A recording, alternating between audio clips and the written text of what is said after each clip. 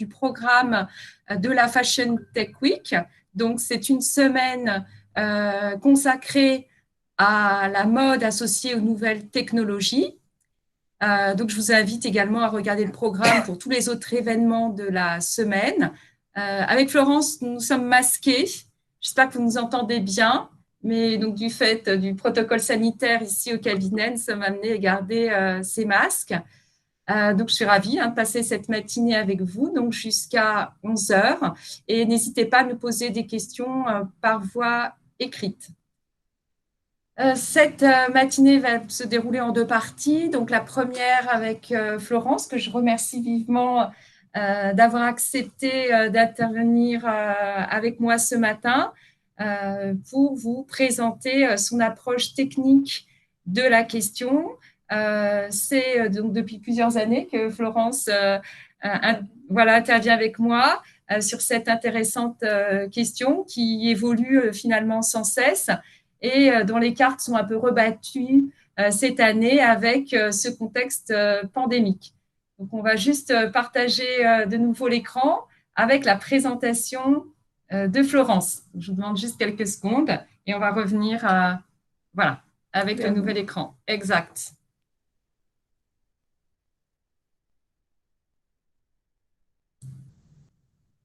Voilà. Alors, est-ce que vous voyez cette nouvelle slide sur les Smart Textile Designers de Florence Bost, qui d'ailleurs je n'ai pas encore présenté, est designer textile émérite en la matière. Est-ce que vous voyez bien l'écran?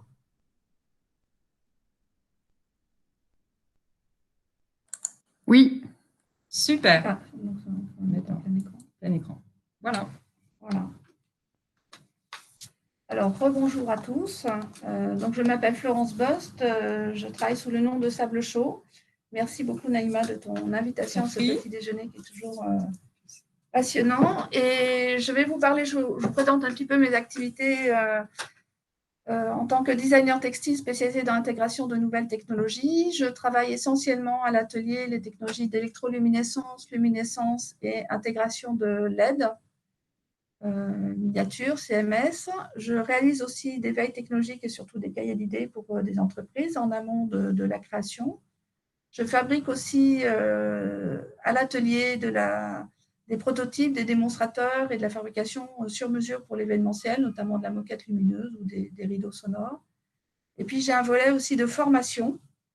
Formation sous forme de formation professionnelle pour les entreprises, pour intégrer les langages et les logiques de métier, et aussi de workshops pour essentiellement des étudiants en établissement secondaire.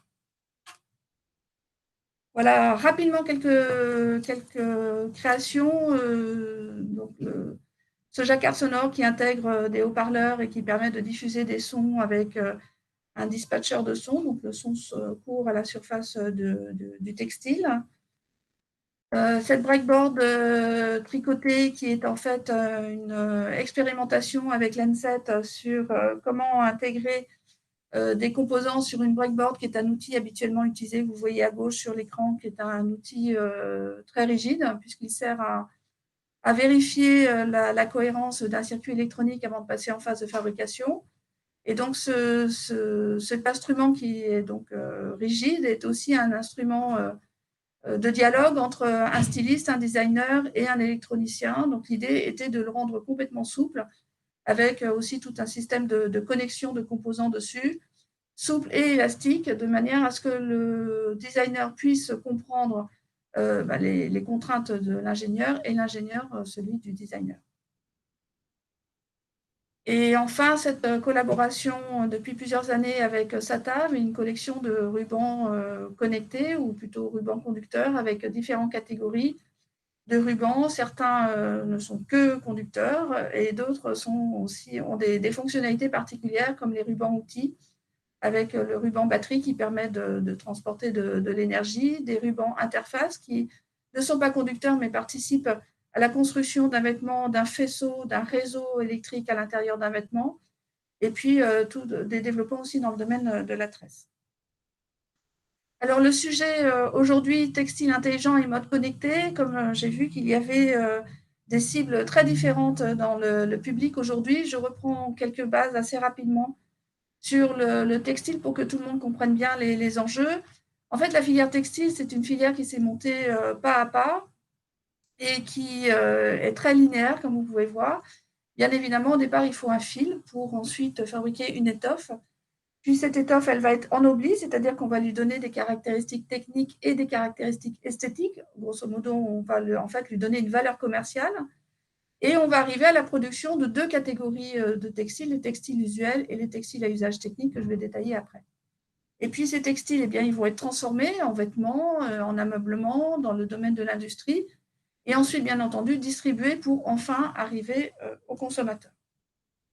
Alors l'évolution dans ce domaine de l'innovation au départ était au moment de l'industrialisation, a été très très tardive. Vous voyez, c'était au début du XXe siècle, quand on sait que le textile est depuis toujours au cœur de notre société, ça a été une très très lente mise en place industrielle.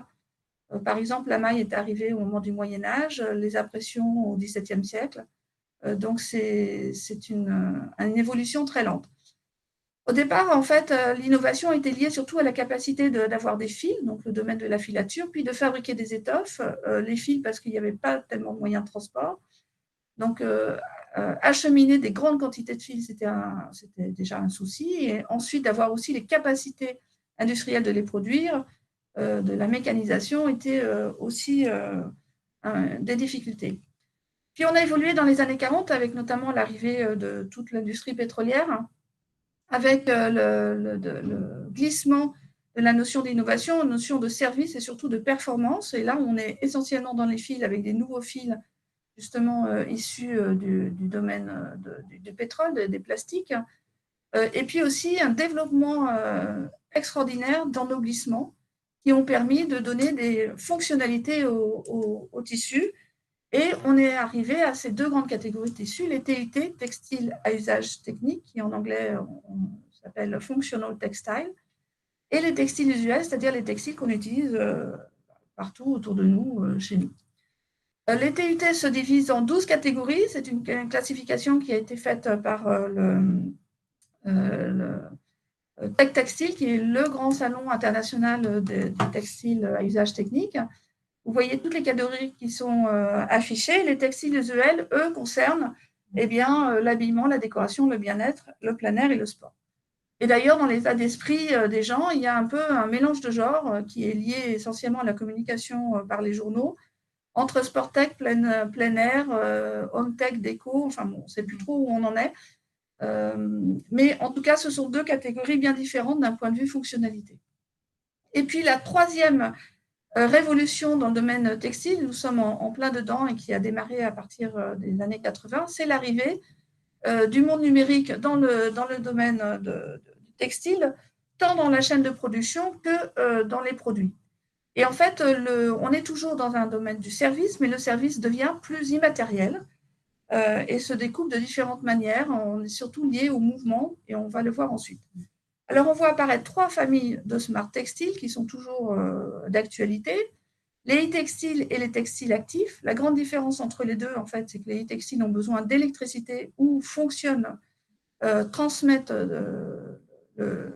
l'électricité, alors que les textiles actifs sont plutôt dans le domaine de transmission chimique.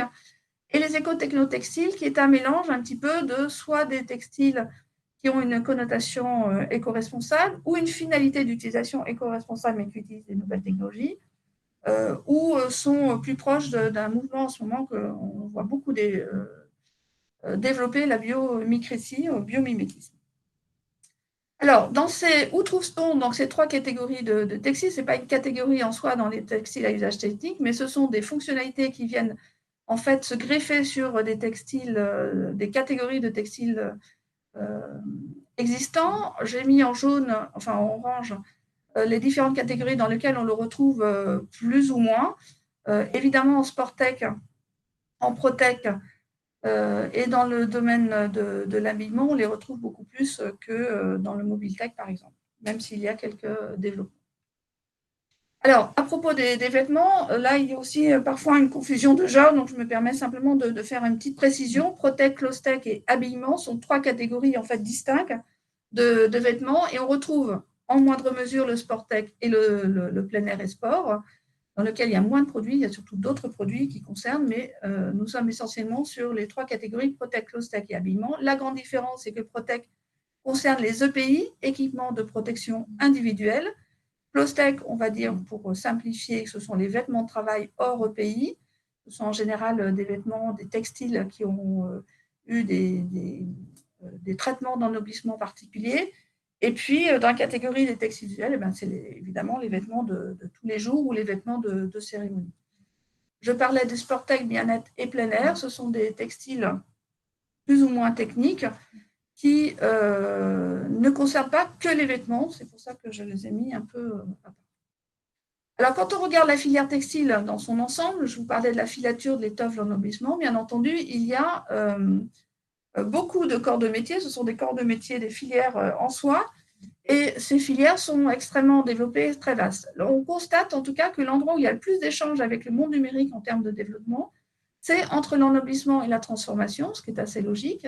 C'est un endroit assez simple d'échange, parce qu'en fait, le textile est déjà fabriqué, ou va l'être, et il est plus facile d'intégrer un corps de métier qui n'a rien à voir. On est aussi dans des process de développement, d'industrialisation similaires, on va en parler un petit peu après, qui facilitent grandement les échanges entre les gens de la filière textile et les gens de la filière numérique. Alors, les endroits où ça bouge le plus, c'est bien essentiellement la broderie. Pourquoi ? Exactement pour les raisons que je viens de citer, c'est-à-dire que la broderie est extrêmement simple. Il suffit d'avoir un tissu existant et on vient déposer, on vient broder sur la surface un circuit électronique, un circuit chauffant. Donc, c'est assez simple de mise en œuvre, même si ce n'est pas si simple que ça, mais enfin, en tout cas, dans les process, c'est facile.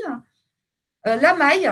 Pourquoi la maille ? Parce qu'il est plus facile et surtout très intéressant pour tout ce qui est captation biométrique d'avoir des capteurs intégrés dans une maille qui a une souplesse qui permet du coup de coller au corps et d'avoir des captations plus pérennes. Et on retrouve beaucoup de développement évidemment dans le domaine du sportswear et underwear. Et puis le textile étroit qui depuis quelques années se développe énormément avec. Alors pourquoi le textile étroit ? Qu'est-ce que c'est que le textile étroit d'ailleurs ? C'est tout ce qui est ruban et tresse. Et on dit étroit en contradiction avec le chêne et trame qui est en grande laisse, c'est-à-dire en grande largeur. Quand on fabrique un drap et quand on fabrique un ruban, on peut comprendre qu'évidemment, les mises en route et le développement n'est pas tout à fait identique.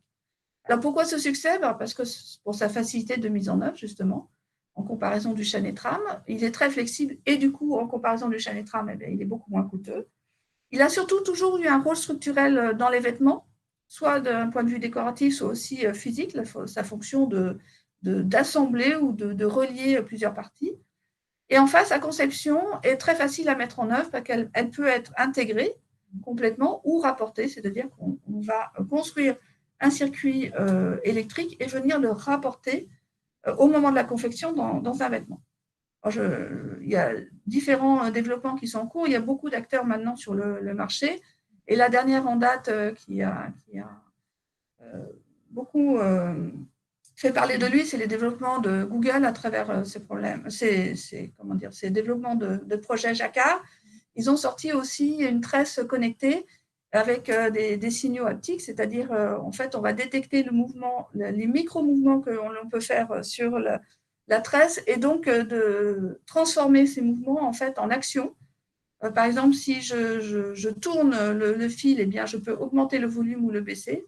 Si je tape sur le fil, je peux arrêter la diffusion du son. Et si je tape 2 fois, je peux passer à un autre canal sur mon fichier numérique sonore. Alors, quel est le point commun en fait de ces nouveaux textiles, smart textiles ? Eh bien, ils en ont 3. La première, c'est le fait de diffuser, contrairement à un tissu classique. C'est quelque chose qui est en fait très nouveau, diffuser de la lumière, mais diffuser aussi des odeurs, par exemple. Le fait d'être réversible, c'est-à-dire de pouvoir passer d'un état A à un état B. Par exemple, un tissu thermochrome devient rouge, puis bleu et redevient rouge. Donc, cette réversibilité est tout à fait nouvelle, mais c'est pareil pour un vêtement qui intègre des LED, on peut allumer et éteindre. Et enfin, la transversalité, c'est-à-dire le fait d'aller vers des corps de métier qui n'existaient pas dans l'environnement textile, est totalement nouveau. Donc, on va parler de la cosmétique, de l'électronique, mais bien d'autres. Et alors, du coup, qu'est-ce que ça apporte concrètement sur les textiles? Eh bien, il y a une notion en fait de territoire, de périmètre, parfois et souvent invisible. Quand j'ai un tissu parfumé, eh bien, je sens l'odeur du tissu et on peut comprendre qu'effectivement, c'est complètement invisible, mais ça crée quand même un territoire qui est présent. Donc, on peut parler de périmètre, de sensorialité, de magie, mais dans le domaine de l'industrie, ça devient du service. Et là, on rentre complètement dans le domaine du numérique.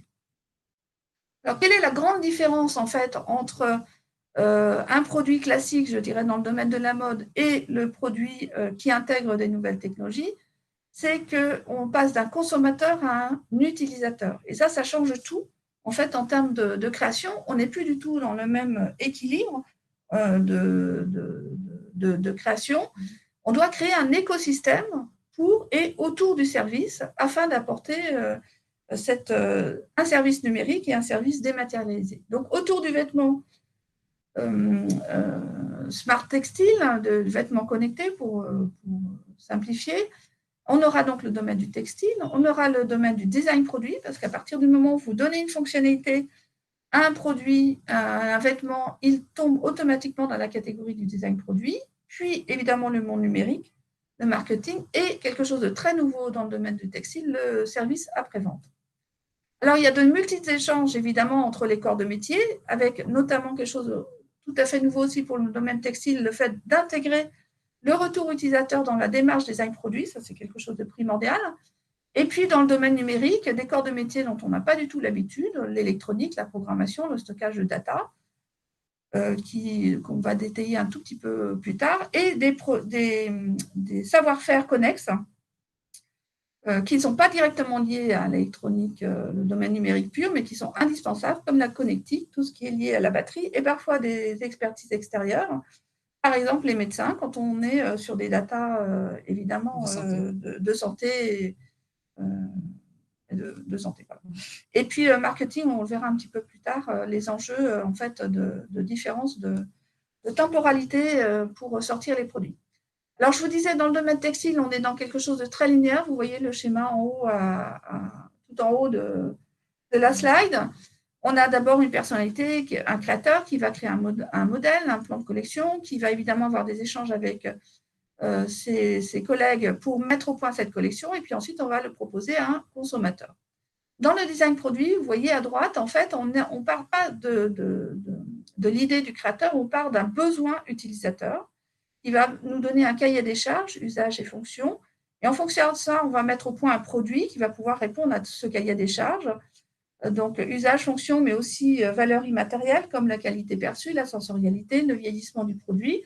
Et tous ces échanges entre tous les acteurs du produit va permettre de faire une création, un prototype, puis l'amélioration de ce prototype. Donc, on va avoir plusieurs versions avant d'arriver à l'utilisateur final, l'industrialisation. La grande différence avec les smart textiles, c'est qu'en fait, on mélange en fait, ces deux corps de métier, textile et design produit et numérique. Et en fait, on arrive à des premiers prototypages qui ne vont pas forcément fonctionner complètement, qui sont des versions V0, V1, V2, V3, qui vont avoir besoin le retour de l'utilisateur, exactement comme on fait dans le domaine numérique. Ça, c'est un domaine qui sont très, très rodés sur ce système de fonctionnement. Quand vous achetez un portable, c'est normal pour vous de pouvoir en fait uploader des nouvelles versions. Eh bien, c'est exactement la même chose. Là, on va commercialiser au fur et à mesure différentes versions avec des valeurs d'entreprise et de services qui sont totalement nouvelles, comme la perception de l'handicap. Jusqu'où je suis handicapé, jusqu'où je commence à rentrer dans la supra-performance. Ce sont des choses très délicates et dont les créateurs maîtrisent le sujet pour matérialiser le service, mais aussi apporter une fluidité ergonomique, en fait, au produit dans l'usage avec l'utilisateur. Et souvent, ce produit est aussi lié à une application et il y a donc une corrélation entre le développement de l'application, l'ergonomie intuitive de l'application et celui du vêtement connecté. Et je parlais de temporalité, c'est le petit schéma en bas. En fait, dans la mode, on va sortir régulièrement des collections. Ce n'est pas possible dans le domaine numérique puisque ça dépend en fait des étapes de développement. Donc, il va falloir aussi avoir une stratégie marketing très forte pour arriver à coordonner cette temporalité différente et aussi préparer non seulement sa clientèle, mais son réseau en interne et ses services de vente à la venue de ces nouveaux services. Pas la même chose de vendre un pantalon et de vendre un téléphone portable. Alors, dans tous ces exemples, on va parler évidemment de data et on va essayer de comprendre un petit peu, parce que c'est l'enjeu de cette conférence, d'où viennent les data. Alors d'abord, il faut faire la différence entre ce que c'est qu'un e-textile, donc un textile qui intègre de l'électronique, mais à un niveau, je dirais, très simple, avec surtout de l'électronique analogique. Parfois, on peut avoir un peu de programmation, mais ça reste à un niveau extrêmement léger. À partir du moment où on commence à rentrer des capteurs et donc vouloir accéder à des informations, là, on a un développement qui est plus large, essentiellement à base d'électronique numérique, et on code et on ramasse forcément des datas. Mais on est toujours en e-textile. À partir du moment où il y a une liaison en fait avec un autre endroit où on va traiter les informations ou un retour d'informations sur une application, sur nos téléphones portables, on passe dans le domaine connecté avec cette liaison sans fil. Et là, on est dans un domaine beaucoup plus large en développement, beaucoup plus,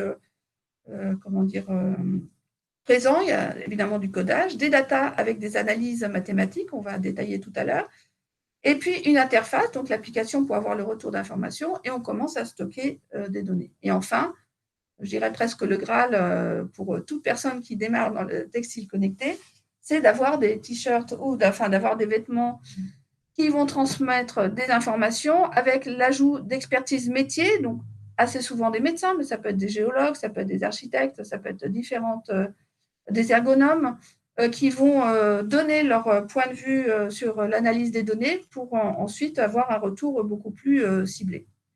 Donc là, on rentre effectivement dans tout ce qui est captation biométrique. Alors, la cartographie des filières derrière le numérique, elle est quand même très large. Vous voyez, ce sont des corps de métier en soi. C'est très lourd et on peut comprendre que le développement est beaucoup plus lourd à porter et dans le temps et financièrement pour arriver à traiter évidemment tous ces points techniques. Mais évidemment, derrière ces points techniques, il y a un certain nombre de données qui peuvent être intéressantes, soit des données biométriques, c'est-à-dire liées à notre corps, mais il y a plein de données aussi qui peuvent être de l'extérieur. Par exemple, si on est dans les sports à la montagne, eh bien, la vitesse du vent peut avoir une influence, la température extérieure pour des pompiers et ainsi de suite. Donc, ce nombre de données sont extrêmement vastes. Alors, qu'est-ce qu'une donnée? Ça peut être quand même intéressant quand on n'est pas dans le domaine. En fait, au départ, c'est surtout un signal électrique. Et d'ailleurs, à ce stade-là, ce sont uniquement les signaux électriques, donc ce qu'on appelle des métadonnées. Ces données vont être traitées, vont être traduites en fait, et ensuite elles vont être transformées en numérisées. Donc, on va passer d'une courbe qu'on va lisser, nettoyer pour avoir un signal plus clair et plus facile à interpréter. Et ces données, ensuite, quand on a énormément de données, on arrive à des flux de données, ce qu'on appelle des data ou big data. Alors, ces données, ensuite, sont traitées, c'est-à-dire qu'on va leur apporter des modèles mathématiques. Le plus simple niveau, c'est de faire des statistiques. Ensuite, on va aussi créer des algorithmes beaucoup plus complexes qui vont permettre, en fait, d'avoir des informations croisées à des niveaux beaucoup plus fins et on arrive même à ce qu'on appelle l'intelligence artificielle avant la restitution. Alors, pour désacraliser le mot algorithme, l'algorithme, en fait, c'est une recette. C'est très simple. C'est un peu comme si vous faisiez une ratatouille. Vous avez au départ des variables, l'aubergine, la tomate, la courgette et ainsi de suite. Et puis après, vous avez des étapes qui vont se répéter. Par exemple, pour la ratatouille, je prends une planche, un couteau, je vais découper mon aubergine, je vais le mettre dans la poêle et je la fais revenir. Je change de variable, je prends ma courgette, je la découpe, je prends ma planche, je prends mon couteau, je la découpe, je la mets dans la poêle et je fais revenir. Et ainsi de suite. Et à la fin de cet algorithme, quand on aura croisé toutes les informations, eh bien, on aura des analyses beaucoup plus fines. Alors, ce traitement de données, évidemment, il y a des datas. Il y a des datas qui sont, je dirais, avec des données qui ne sont pas personnelles, et puis des datas à données personnelles, certaines sans risque et certaines à risque. Alors, on va voir différents cas de figure. Par exemple, la puce RFID dans un magasin. J'ai fait un petit schéma en bas où vous voyez les étapes dans l'usine. Donc là, on est sur des choses qui ne sont pas du tout à risque, mais il y a quand même des échanges de data grâce à la puce RFID, notamment sur la confection, le stockage, l'expédition, ainsi de suite. Arrive le moment où on peut avoir aussi, grâce à la puce RFID, un certain nombre d'informations qui sont liées au client, son nom, l'endroit où il habite, ses fréquences d'achat. Et là, on commence à rentrer dans des informations beaucoup plus problématiques. Une cabine virtuelle d'essayage, par exemple, dans un magasin, où là, effectivement, on va avoir aussi du stockage d'informations qui va devenir beaucoup plus personnel quand on va commencer à travailler sur la morphologie, évidemment, de l'utilisateur. Mais il y a plein de cas de figure où, en fait, il y a des échanges de données, mais qui restent, je dirais, presque d'une manière privée. Par exemple, cet exemple de mouvement génératif, de création de pièces uniques grâce à un programme avec des variables. Là, on reste uniquement en termes de production. Donc, on va créer un variable dans lequel on va injecter des variables au moment de la fabrication sur un métier chaîne et trame. Et donc, on va pouvoir produire au fur et à mesure des pièces uniques qui resteront dans le domaine, dans le domaine purement industriel.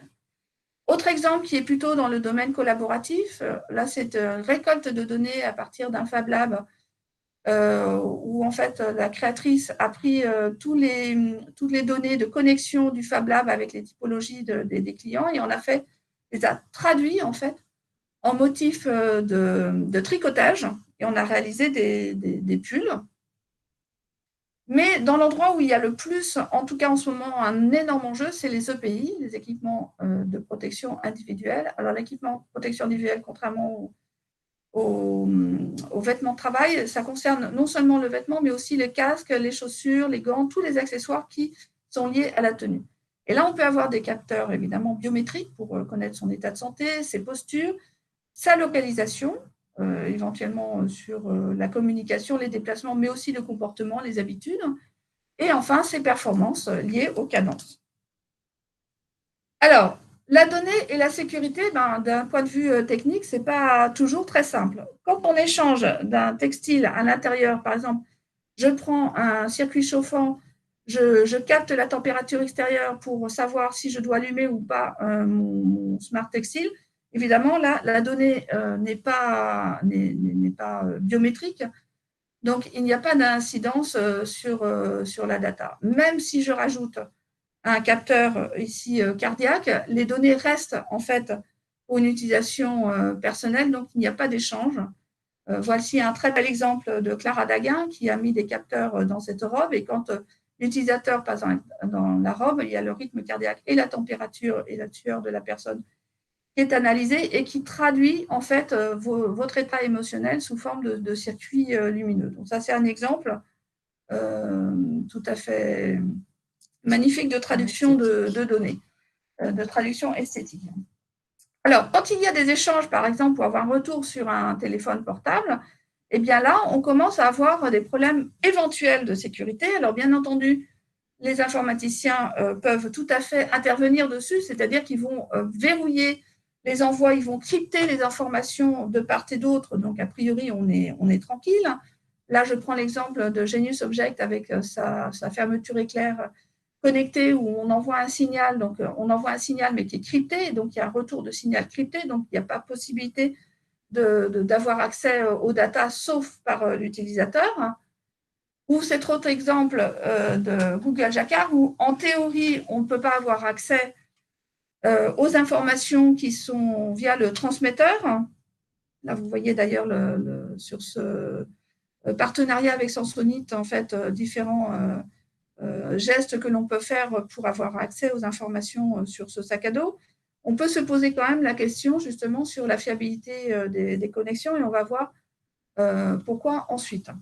Quand on commence à développer d'une manière beaucoup plus fine cette application, par exemple Google, eh bien, on va passer par des serveurs, il va y avoir des traitements de données à différents niveaux. Donc, en théorie, comme vous pouvez voir, eh bien, tout est verrouillé de part et d'autre, donc a priori, il n'y a pas de risque. Le souci, c'est qu'on peut avoir des sous-traitants ou des gens qui, en fait, délèguent une partie de sa sous-traitance à d'autres personnes.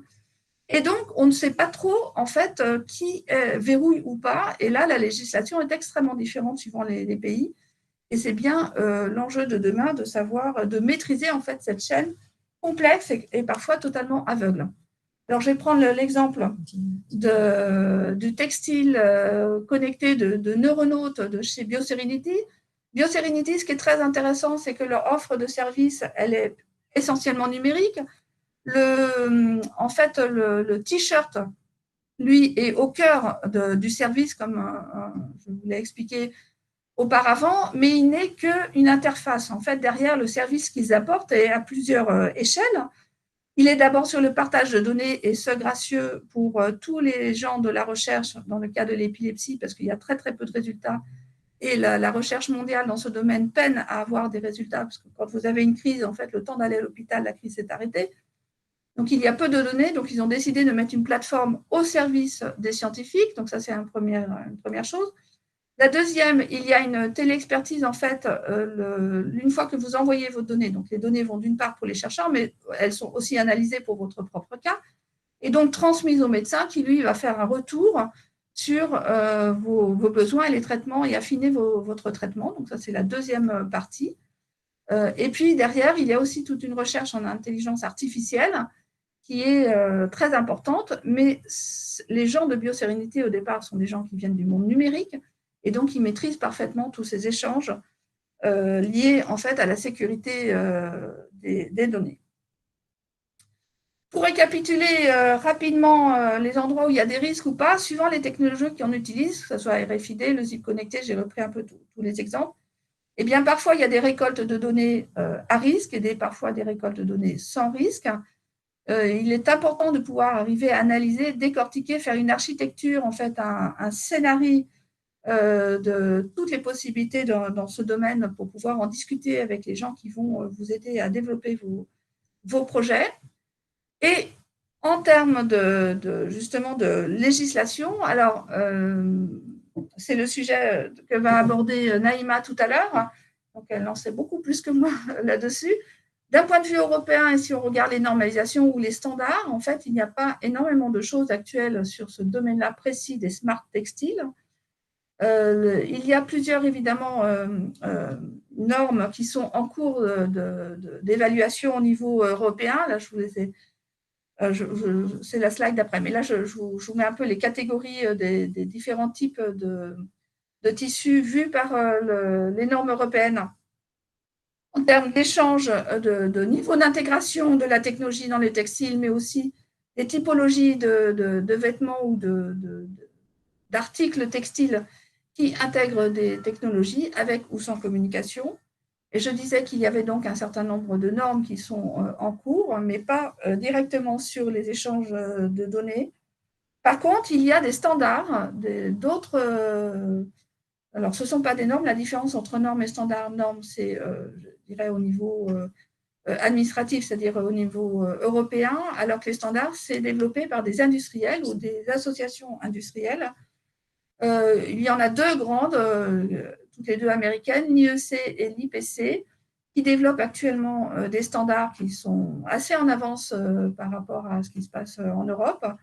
Là, je vous ai mis la liste. Il y a même eu deux livres blancs qui sont sortis sur la fiabilité et la validité des textiles intelligents et un autre sur la conception des textiles pour l'ingénierie. Donc, c'est très, très dynamique dans ce domaine-là. Et enfin, pour terminer cette présentation qui peut-être peut sembler parfois un peu technique pour ceux qui ne sont pas du domaine, je voulais vous passer une petite vidéo avant de laisser la parole à Naïma pour vous montrer à quel point la technologie peut être au service de l'homme. Et c'est un très bel exemple de Cute Circuit.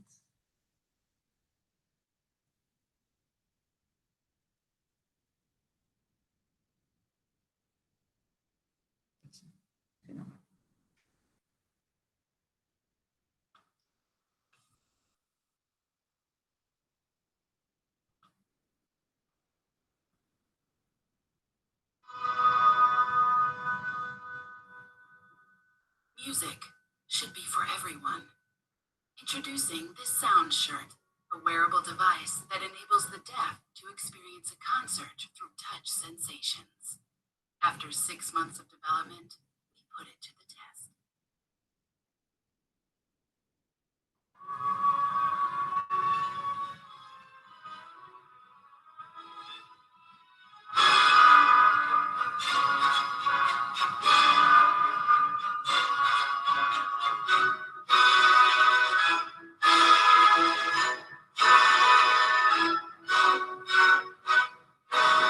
This is how it works. Microphones all over the stage cover the different types of instruments. A software converts the sound into data and sends it to the shirt, where 16 vibration motors pulsate with the intensity of the music. For example, the bass on the stomach and the violins along the arms. Several deaf people tested the shirt, and their reactions speak for themselves.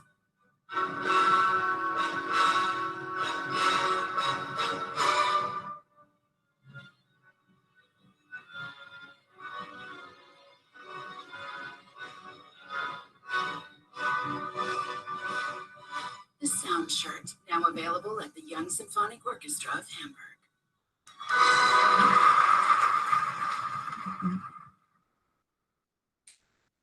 Voilà, alors juste, je vous remercie beaucoup d'avoir écouté cette présentation et je laisse la main à Naïma qui va prendre le côté législatif. Très bien.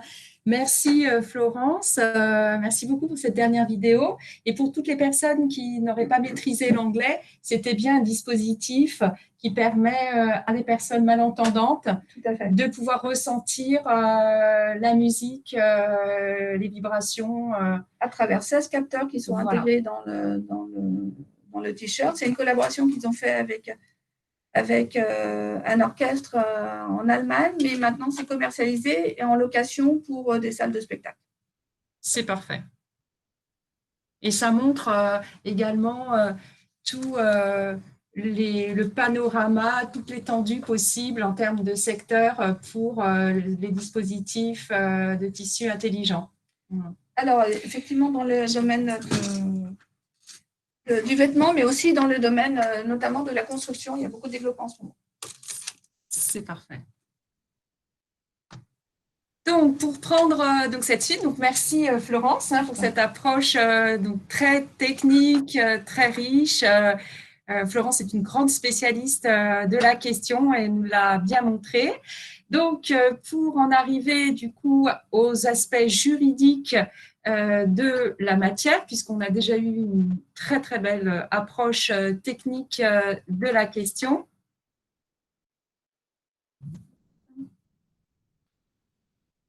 On a effectivement, merci Florence, pour cette présentation du panorama technique de toutes les innovations technologiques. Vous avez vu donc, les différents secteurs dans lesquels pouvaient intervenir ces tissus intelligents. Donc, ce n'est pas que la mode, hein, c'est quasiment une grande partie des secteurs de la vie humaine. Et la problématique qui se pose à nous, juristes, c'est aussi de savoir comment on peut concilier le droit et les technologies associées effectivement à ces nouvelles matières dans le domaine textile. Et l'idée, c'est de pouvoir aussi anticiper pour pouvoir encadrer de façon juridique et pertinente ces innovations. Alors, comme l'a bien exprimé Florence, vous avez bien compris que les tissus intelligents, les vêtements connectés intervenaient dans différents secteurs, pas uniquement dans le secteur de la mode, mais on avait beaucoup d'expressions dans le domaine sportif,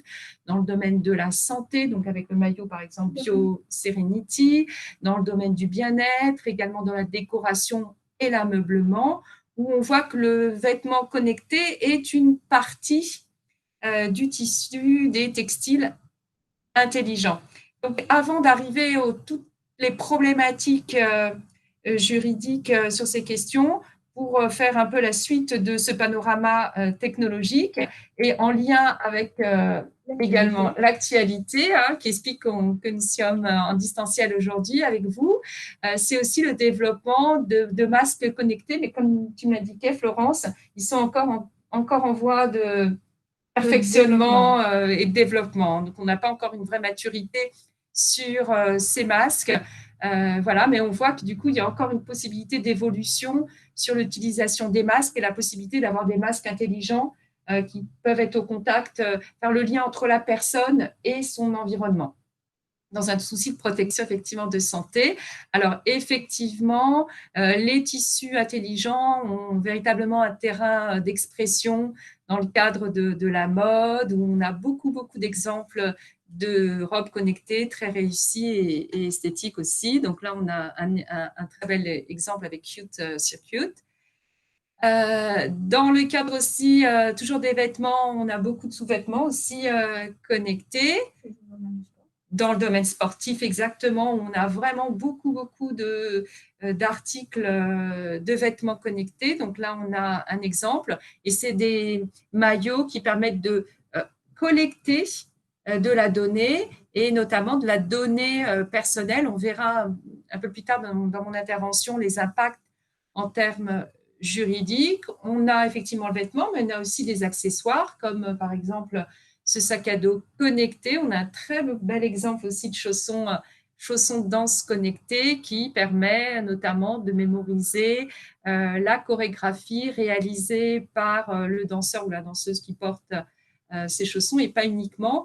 On voit que finalement, on a un certain nombre de domaines dans lesquels on a naturellement ces vêtements connectés, ces tissus intelligents qui ont matière à s'exprimer. Donc, toujours dans le domaine sportif, on a beaucoup d'exemples. Et là, on a également aussi, j'ai mis ce petit enfant pour montrer que les vêtements connectés, les objets connectés ne concernent pas que les personnes majeures, elles peuvent aussi concerner les tout petits, les mineurs, et on comprendra également les questionnements à avoir en termes de collecte de données personnelles relatives aux enfants. Et on a vu effectivement les vêtements, les différents textiles, mais on a également un certain nombre aussi d'innovations dans le cadre des fibres intelligentes, où là, on recule finalement, on n'est pas dans l'aboutissement, c'est-à-dire le vêtement confectionné, mais où on a en fait les aspects smart textiles qui s'expriment au niveau de la fibre. Voilà pour ces différents exemples. Je fais un peu rapidement parce qu'on a déjà eu une très belle illustration des aspects techniques.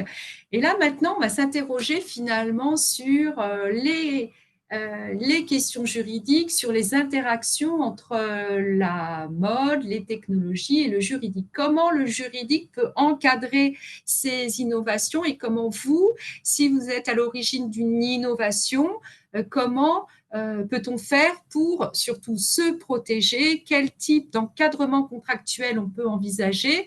Et puis aussi, vous l'avez bien vu, que quand on parle de vêtements intelligents, on est amené, dans un grand nombre de cas, comme le montrait aussi très justement Florence, à collecter de la donnée personnelle. Et là, évidemment, la question de l'encadrement, la protection des données personnelles va obligatoirement se poser. Alors, avant, comme on est des bons juristes, ici, on va commencer par effectivement le début des interrogations à se poser, notamment cette question de qualification. Parce qu'avant d'envisager le cadre juridique applicable, il faut se dire finalement comment juridiquement je peux qualifier. Donc la qualification, c'est le fait de donner une définition juridique à un fait, un acte juridique ou un objet, et se dire comment on peut qualifier ces objets intelligents, ces tissus intelligents. Et là, on verra qu'on a une qualification complexe en la matière. Alors effectivement, ces vêtements connectés, ces tissus intelligents vont aussi se rattacher à une grande famille qui est celle des objets connectés dont on peut parler, Florence. Alors là aussi, effectivement, on n'a pas de définition légale, on a des normes techniques. Florence a bien exprimé tout à l'heure les différentes normes techniques qui existent en la matière, mais en précisant bien qu'il n'y avait pas non plus une norme vraiment ou une série de normes très spécifiques sur les tissus intelligents. Alors, pour pouvoir définir en fait ces objets connectés, on doit procéder à une approche technique.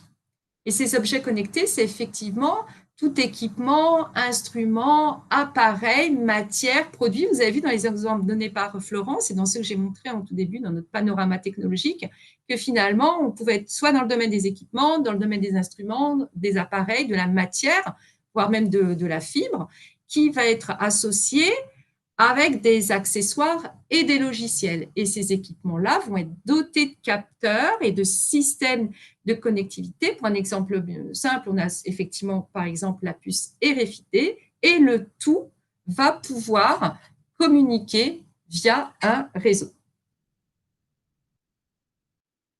Pour les tissus intelligents, là aussi, malheureusement, nous n'avons pas encore. On a une définition de normes européennes. Voilà, de normes européennes, mais tout le monde exact, mais on n'a pas de définition légale, c'est-à-dire qu'on n'a pas une loi, et en tous les cas en France, nous n'avons pas de définition de loi qui puisse définir ce qu'on entend par textile intelligent, mais comme tu l'indiquais, on a bien une norme européenne, et sur un plan technique, c'est bien un textile qui, du fait soit de sa composition, soit de son traitement, soit de son utilisation, associé à un système technique, va réagir, c'est ça? Tout à fait. À son environnement. Voilà. Et pour aller un peu plus loin sur ces définitions, on va également constater que pour un certain nombre de vêtements de tissus intelligents, on est face à un questionnement de détermination de la qualification ou non de dispositif médical. Si je porte un maillot comme celui de BioSerenity, on peut se demander si finalement ce n'est pas, je pense que c'est le cas, un dispositif médical. Je rappelle que le dispositif médical est défini par le Code de la santé publique comme un dispositif qui va permettre, qui va être utilisé à des fins de diagnostic, de prévention, de contrôle, de traitement ou d'atténuation d'une maladie. Donc, tout à l'heure, tu parlais d'épilepsie et c'est vraiment l'équipement qui va permettre de soit également de réaliser un diagnostic ou une étude ou permettre donc de maîtriser la conception. Donc là, j'ai repris la définition du Code de la santé publique et qui fait que certains vêtements intelligents vont, en plus du fait d'être des vêtements, être également des dispositifs médicaux. Et ça veut dire que s'ils sont qualifiés de dispositifs médicaux, ils sont soumis au Code de la santé publique pour, par exemple, leur conception, leur distribution et voire leur publicité sur le marché. Donc là, vous avez la définition du dispositif médical qui est donnée donc, par l'article R5211-1 du Code de la santé publique, où, du coup, on peut, dans certains cas, fait être face à un dispositif médical pour lequel on aura également et en plus de la collecte de données de santé. On sait bien que la donnée de santé est protégée parce qu'elle constitue une donnée spécifique. On parle de données, catégorie particulière de données ou de données sensibles, qui doit être protégée en tant que telle par le règlement général sur la protection des données. On en parlera un peu plus tard. Et donc, effectivement, ce qu'on a à l'esprit, c'est que si je crée un vêtement connecté qui répond à la qualification de dispositif médical, je rentre dans le système du dispositif médical et je suis soumis pour sa distribution, pour sa publicité à la réglementation applicable. Je ne serai pas libre de le commercialiser comme je le souhaite ou de communiquer en tous les cas sur un plan publicitaire comme si je commercialisais par exemple un t-shirt lambda sur le marché. Et comme l'indiquait effectivement très bien Florence, ces vêtements connectés peuvent, dans certaines situations, être des EPI, donc des équipements de protection individuelle. Exact, merci beaucoup. Et qui peuvent être utiles d'ailleurs à la santé, là, comme dans l'exemple sur la slide, la protection des personnes le portant dans le cadre de leur activité sur les chantiers. Alors, par exemple, dans les normes, il y a actuellement, enfin l'année prochaine, il y aura une norme qui va sortir justement pour tous ces vêtements EPI qui intègrent des LED et qui est dérivée d'une norme allemande.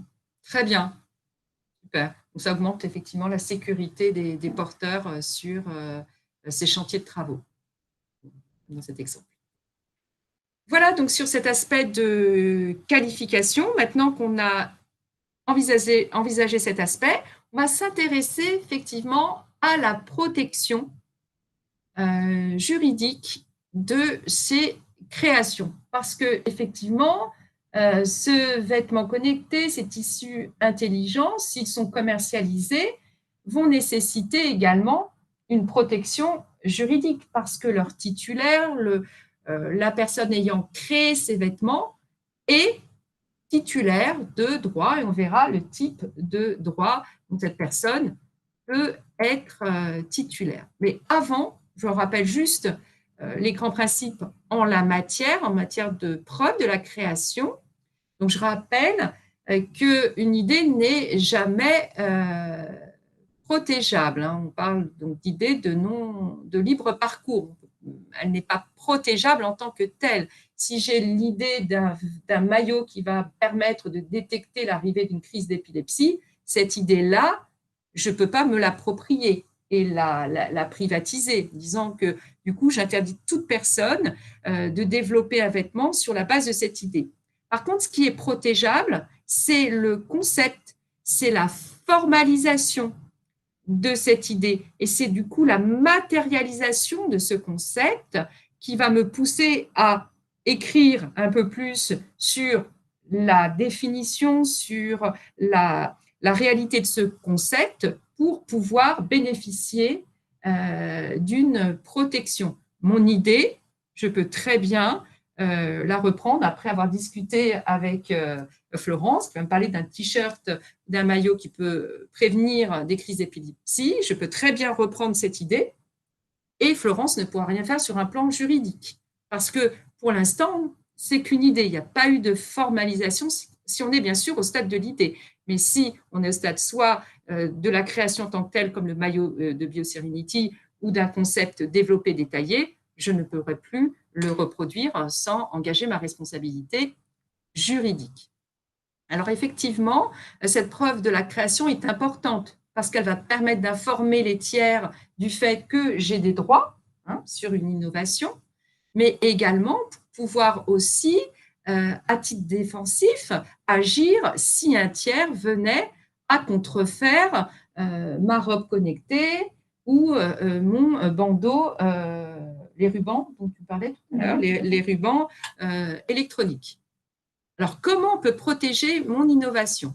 Je peux protéger mon innovation par ce qu'on appelle un dépôt probatoire. Et ce dépôt va être effectué suivant le domaine dans lequel mon innovation intervient. Donc, vous avez effectivement l'Institut national de la propriété industrielle qui vous permet de déposer, par exemple, une enveloppe solo qui sera l'écriture de votre concept, mais si vous avez développé un programme d'ordinateur, il y a peut-être plus intérêt à le déposer auprès de l'Agence de protection des programmes. Et puis, suivant le cas, vous pouvez très bien déposer auprès du Conseil national des ingénieurs scientifiques. Enfin, vous avez toute une série d'autorités auprès duquel ou d'organismes auprès duquel vous pouvez déposer l'écriture de votre concept, ou voire même auprès d'une étude d'UIC. Je rappelle juste que ce dépôt va vous permettre d'avoir une date exactement, une date d'antériorité. On parle de date certaine. Après, votre œuvre, donc votre œuvre de mode, votre robe, votre maillot, votre chausson connecté, enfin, tous les exemples dont on a parlé peuvent, en France, bénéficier d'un cumul de droits. Je peux considérer que j'ai des droits d'auteur parce que je suis originale, que ma création est originale. Donc, on sait que le droit d'auteur ne suppose pas un dépôt créatif de droit. Mais j'aurais intérêt à avoir quand même une preuve d'antériorité. Donc, j'aurais intérêt, par exemple, à déposer une enveloppe solo. Mon œuvre peut être également protégée par les dessins et modèles. Donc, les dessins et modèles se protège par un dépôt auprès de l'INPI qui dure 5 ans et qui est renouvelable. Après, si je communique sur le marché, si je distribue mon gilet, par exemple, connecté, j'ai intérêt à avoir une marque. Exactement. Et cette marque, on ne l'acquiert pas par l'usage. Si j'appelle mon gilet sous un nom sur le marché, pendant plusieurs années, je n'aurai pas pour autant des droits. Il est important de déposer effectivement ce nom comme marque. Et donc, la marque se dépose auprès de l'Institut national de la propriété industrielle, l'INPI, et le dépôt durera 10 ans et il pourra être renouvelable indéfiniment. Et puis, dans un grand nombre de cas, on a également des brevets qui sont déposés en matière de vêtements intelligents, de tissus intelligents, d'accessoires connectés. Et dans les exemples, donc on a par exemple ce gant de sport connecté qui a été déposé fait l'objet d'un dépôt de dessin et modèle. Et on a un dépôt américain. On sait que en matière de propriété industrielle, les dépôts sont également territoriaux. Donc là, c'est un modèle américain. On peut, comme je vous l'indiquais, envisager d'être protégé par le droit d'auteur, à la condition que notre œuvre soit originale. Je dis bien originale et pas nouvelle, hein, c'est différent. On peut le déposer dans le cas d'un dessin et modèle, mais il faudra que mon œuvre, mon objet soit nouveau. Et puis, je pourrais également le déposer le nom de ce vêtement sous la forme d'une marque, à la condition que cette marque soit disponible, puisque je devrais effectuer des recherches d'antériorité. Je ne pourrais pas déposer le nom d'une marque de quelqu'un d'un vêtement qui existe déjà sur le marché. Et dans ces cas, une des conditions qui est importante à retenir en termes de conditions de protection, c'est que, vous voyez bien que les conditions de protection juridique ne sont pas liées à un effet technique pour protéger. En termes de droit d'auteur, il suffit juste que ça soit original. On ne va pas rechercher à quoi sert ce vêtement, quelles sont ses finalités, est-ce que ça fonctionne ou pas. On demande juste qu'il soit original. En matière de dessin et modèle, c'est la nouveauté qui va l'emporter. Et puis son nom, c'est bien sûr si ce nom est disponible sur le marché et qu'il ait un caractère, bien ce nom distinctif. C'est-à-dire que si je dépose une marque, le nom d'une robe connectée, je ne pourrais pas l'appeler robe connectée. Parce que du coup, ce nom-là n'est pas du tout distinctif. C'est un nom qui sera descriptif et on sait qu'en matière de marque, la désignation usuelle d'un produit sur le marché ne peut pas être déposée comme marque. Alors, effectivement, on avait aussi identifié ce maillot de BioSerenity qui a fait l'objet d'un brevet. Voilà, tout à fait. Exactement. Et là, on a effectivement dans des extraits de ce brevet, une reproduction du maillot avec effectivement ces différentes revendications et effets. Là, on a un support textile comprenant une partie tubulaire formée par un tricotage. Voilà. Je m'arrête là. D'un fil de fond majoritaire électrique isolant.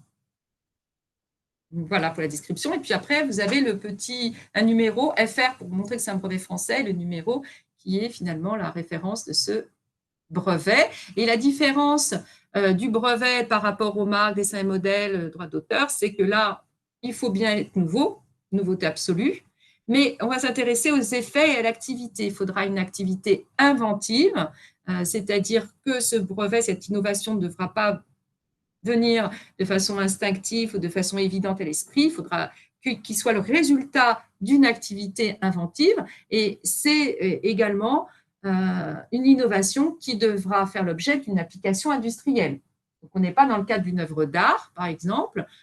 L'œuvre d'art ne pourra pas être protégée par un brevet puisqu'il faudra qu'elle puisse être produite, qu'elle profite finalement à la société, qu'elle soit produite, qu'elle fasse l'objet d'une application industrielle sur le marché. Alors, le brevet, effectivement, c'est un processus qui est aussi, il faut le dire, long et aussi coûteux. Voilà. Mais bon, après, l'avantage, c'est qu'une fois qu'il est obtenu, on en bénéficie pendant 20 ans et on peut aussi accorder après des licences de fabrication à toutes les entités qui souhaiteraient reproduire ce brevet, puisque c'est un monopole aussi de fabrication, de conception du brevet. Voilà pour l'acquisition des droits exclusifs. Et puis, pour terminer sur ces droits qui peuvent être disponibles pour protéger son innovation, on a également le secret. On peut très bien se dire qu'on protège son œuvre par sa conception, par son innovation par le secret. On a des textes européens qui protègent effectivement les savoir-faire, les secrets d'affaires, donc une directive européenne de 2016, une loi du 30 juillet 2018 qui va vous donner la définition effectivement de la protection par le secret d'affaires. Voilà. Et que pour finir, pour reprendre une discussion intéressante qu'on a eue ensemble avec Florence, et qui est liée effectivement à la création collaborative. Parce que vous avez vu que dans les différents modes de protection que je vous ai présentés, on est aussi globalement dans des logiques individuelles, même si on peut être dans le cadre d'un brevet déposé à titre collectif ou dans une œuvre indivise, mais on est dans des logiques néanmoins d'appropriation par une personne ou par un groupe de personnes. Mais en la matière, effectivement, en matière de vêtements connectés, de tissus intelligents, de smart textiles, on peut également s'intéresser à ce qui est une création collaborative. Une création collaborative, c'est une création qui va être réalisée par une entité qui pourrait être utilisée, reproduite par d'autres, voire être modifiée par d'autres dans le cadre d'une exploitation qui va être ouverte, qui sera en open data. Mais ce n'est pas parce qu'on souhaite s'inscrire dans le cadre d'une création collaborative que cela obligatoirement veut dire que du coup, tout le monde est libre de faire ce qu'il veut de son innovation. Si je décide de réaliser un t-shirt connecté, mais que je considère qu'il doit vivre aussi dans le cadre d'un système d'open source, ça ne veut pas dire que tout le monde peut le reproduire, le modifier, le vendre, le commercialiser. Je peux très bien, dans le cadre de mon raisonnement, intégrer ce qu'on appelle des conditions d'utilisation de cette innovation qui s'exprime, donc là c'est des exemples, sous la forme de licences de Creative Commons. Et ces licences, alors elles sont plurielles. Pourquoi elles sont plurielles? Parce qu'il en existe toute une série, 6 de mémoire, et celles-ci vont donner à l'utilisateur, à la personne qui souhaiterait utiliser cette innovation, d'être régie par les limites de la licence accordée. Donc, si je prends par exemple la première, qui est une licence d'attribution, celle-ci va donner finalement des droits importants à l'utilisateur, puisqu'elle va lui donner le droit d'utiliser cette œuvre, y compris à des fins commerciales, créer des œuvres dérivées, à condition, bien sûr, toujours de rappeler à qui appartiennent les droits d'auteur, donc mettre un crédit, une référence à l'auteur. Mais je peux très bien, en tant qu'auteur, en tant qu'innovateur sur une conception, un produit, une innovation, décider d'accorder cette œuvre et de la soumettre sous un régime d'attribution, pas de modification. J'aurais choisi la licence numéro 2, attribution, pas de modification. Ça veut dire que je vais autoriser l'utilisation de mon œuvre originale, toujours là, même à des fins commerciales, mais je n'autoriserai pas la création d'œuvres dérivées. Donc, je ne vais pas non plus définir tous les 6 licences qui sont accessibles sur le support qu'on communiquera, mais qui expriment l'idée que ce n'est pas parce qu'on se place dans un système de création collaborative qu'on perd tout droit de regard sur l'utilisation qui est faite de son innovation. On peut très bien finalement définir les règles du jeu en choisissant une des licences, par exemple les licences du Creative Commons, et en régissant, en encadrant l'utilisation qui sera effectuée par les utilisateurs. Je crois que c'est en train de se développer, tu disais. Oui, c'est tout à fait. Dans le domaine collaboratif, ça bouge beaucoup en ce moment, essentiellement aussi lié aux questions environnementales d'urgence qu'il y a en ce moment, et notamment dans le développement de textiles plutôt éco-smart textiles, des gens qui ont mis en place des nouvelles technologies, notamment pour de nouveaux traitements, soit de recyclage de fibres, soit de transformation, de fabrication de fibres avec des nouveaux procédés, propose en fait de laisser, à condition qu'ils vérifient le côté éthique évidemment de la société qui serait intéressée mais aussi quels sont les moyens de développer, Oui, offrent en fait le brevet à titre gracieux, à condition qu'ils en fassent quelque chose. bien sûr.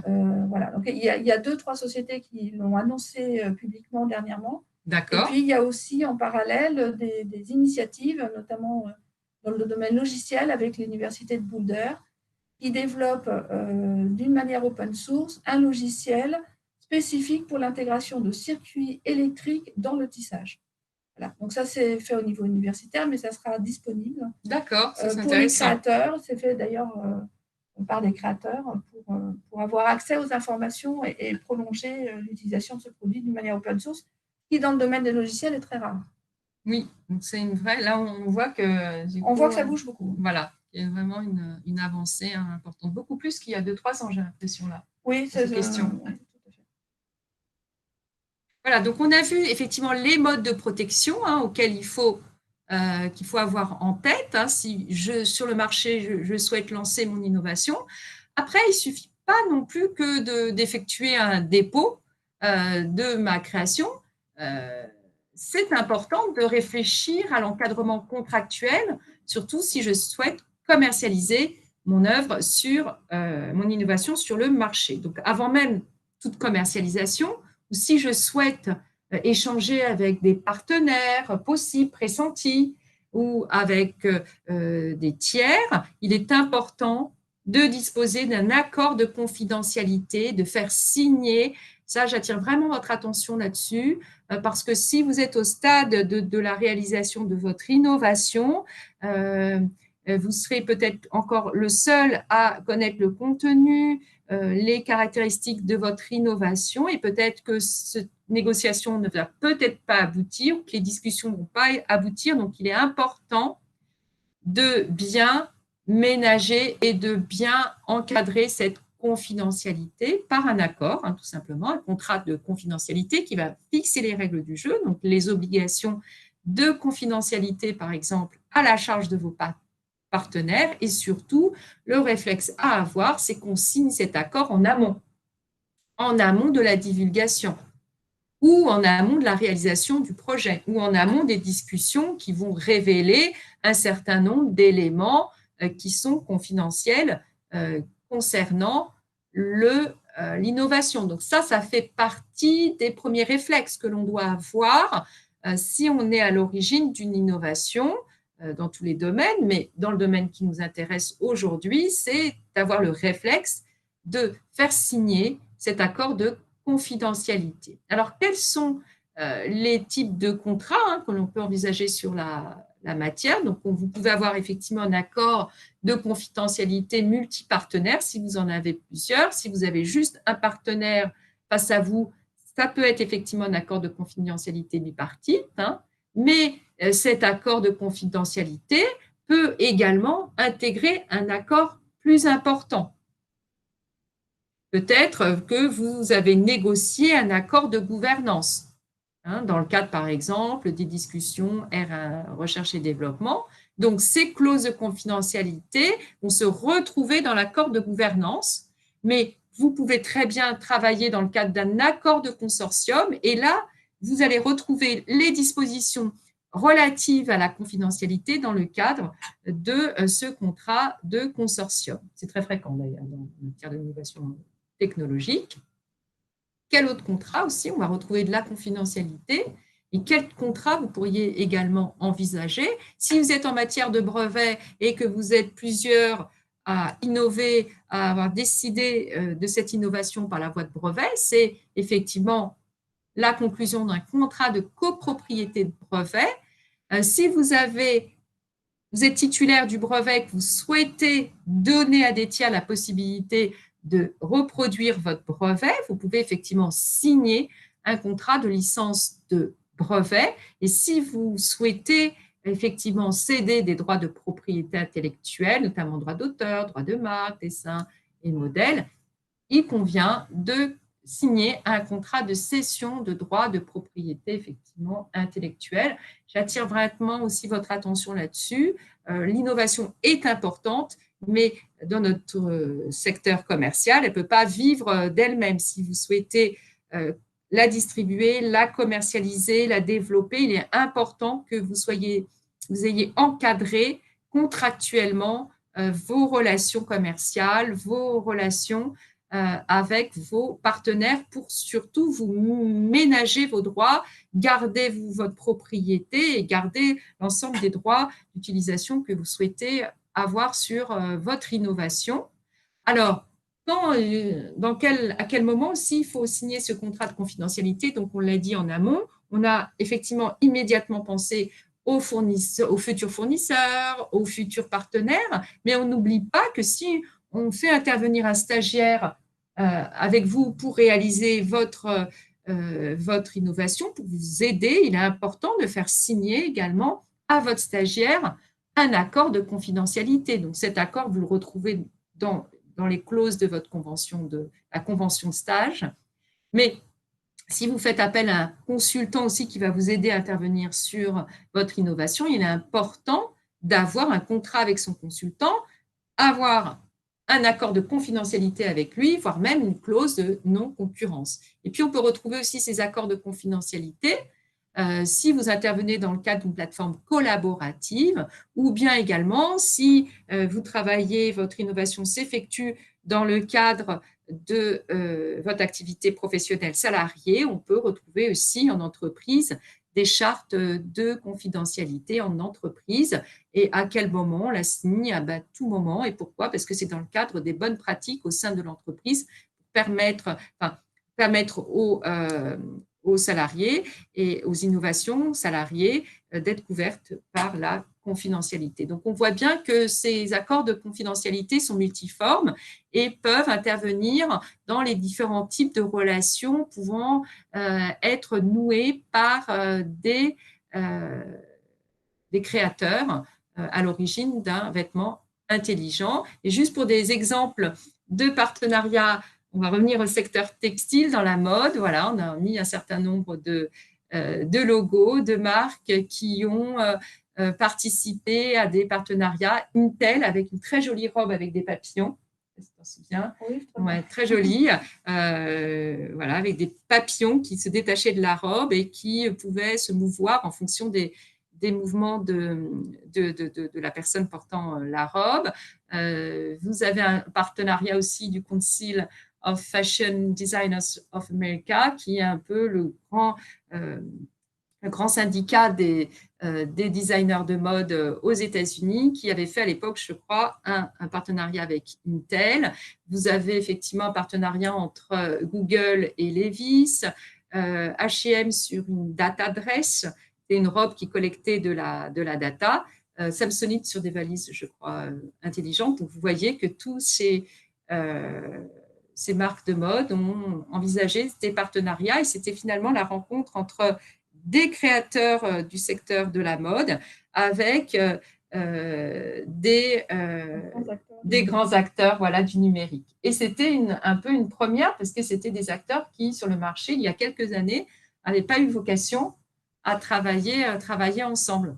Pour la petite histoire, par exemple, Google a commencé ses investigations de son projet Jacquard en 2015, puis a commencé à commercialiser les premières expériences en 2017 et 2018. Et à partir de ce moment-là, Microsoft, Apple ont ouvert leur propre centre de recherche Smart Textile.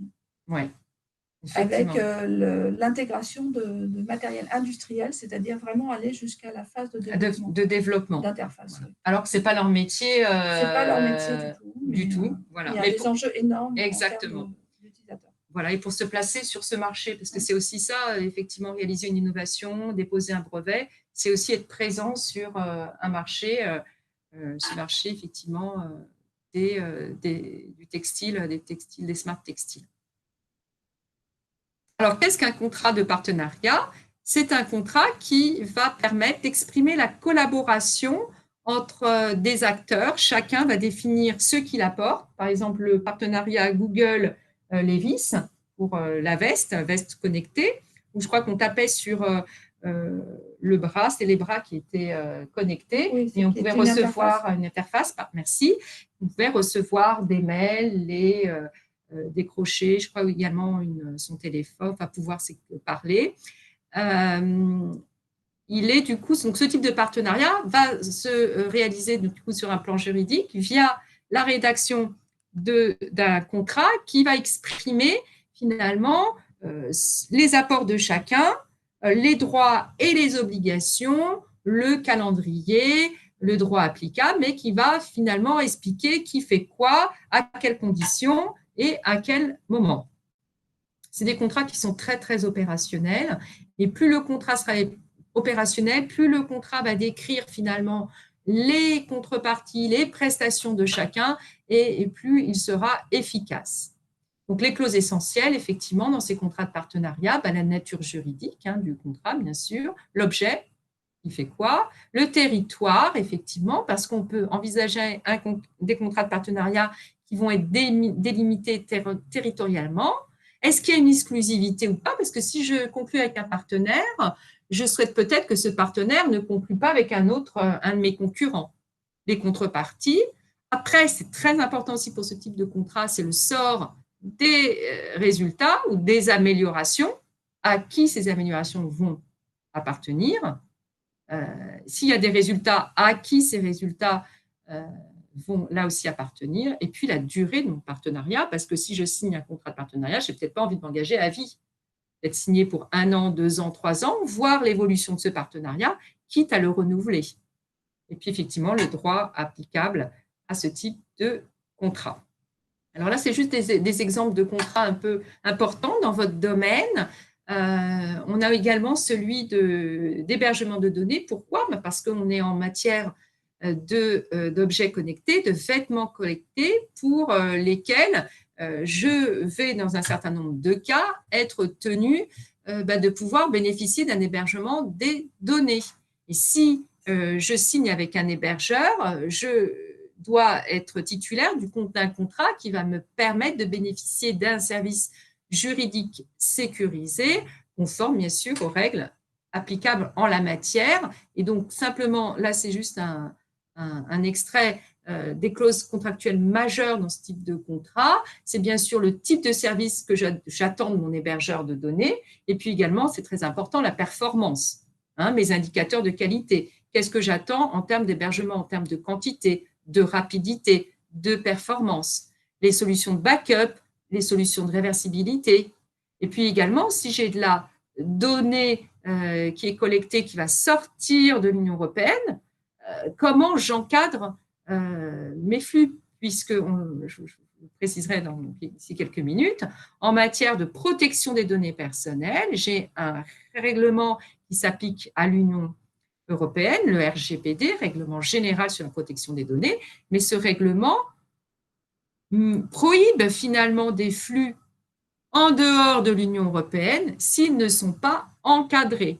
Si je permets techniquement des flux de données personnelles en dehors de l'Union européenne et que je ne fais rien d'autre, ce transfert-là est illicite. Donc, je devrais réfléchir et surtout l'encadrer sur un plan contractuel avec les instruments juridiques utiles et conformes au RGPD. Effectivement, on arrive à cette partie parce que les vêtements connectés vont, dans un grand nombre de cas, supposer une collecte de données personnelles. Donc, s'il y a collecte de données à caractère personnel, il y a règlement général sur la protection des données. Donc, on va s'intéresser effectivement aux impacts. Pourquoi on fait le lien d'ailleurs entre vêtements intelligents, vêtements connectés et les données personnelles? Que dit dans ces grandes lignes, dans le cadre de ces principes fondamentaux essentiels, le RGPD, pour effectivement appréhender cet aspect. Alors, pourquoi on fait le lien entre les données personnelles et les vêtements intelligents? Donc, je rappelle juste la définition des données personnelles. Donc, c'est une donnée qui permet d'identifier directement ou indirectement une personne physique, donc un nom, un prénom, un numéro de téléphone, une adresse mail, mais ça peut être aussi des données de santé. Ça peut être une fréquence cardiaque, fréquence respiratoire, des ventilations par exemple par minute, un certain nombre de données qui vont être collectées via mon vêtement intelligent. Donc là, on a par exemple dans la slide un vêtement connecté qui est créé par la société Exoskin et qui permet de mesurer plusieurs données biométriques. C'est des données en fait du porteur. Et ces données peuvent aussi être associées via une interface au nom, au prénom exactement du porteur. Donc, quand on associe le tout, on s'aperçoit que l'on a, c'est pour ça que tu parlais tout à l'heure de données qui peuvent être à risque, on va avoir sur une même personne des données relatives à son identification, nom, prénom, adresse mail, peut-être numéro de téléphone, et puis également des données hautement personnelles, quand même, qui sont liées à des données de santé. Par exemple, comme là, on a le rythme cardiaque, la fréquence respiratoire, la ventilation par minute, la cadence, d'autres qui ne sont pas des données non plus de santé, mais le nombre de pas, le nombre de calories que cette personne aura dépensé par jour. Donc, c'est là qu'on comprend l'impact de ces vêtements sur le domaine des données personnelles et l'importance à ne pas non plus collecter n'importe comment ces données, parce qu'on est dans des données de santé qui sont également des données qui font l'objet d'une protection supérieure. Protection, c'est pour ça qu'on les appelle les catégories particulières de données, parce que ce ne sont pas des données comme les autres.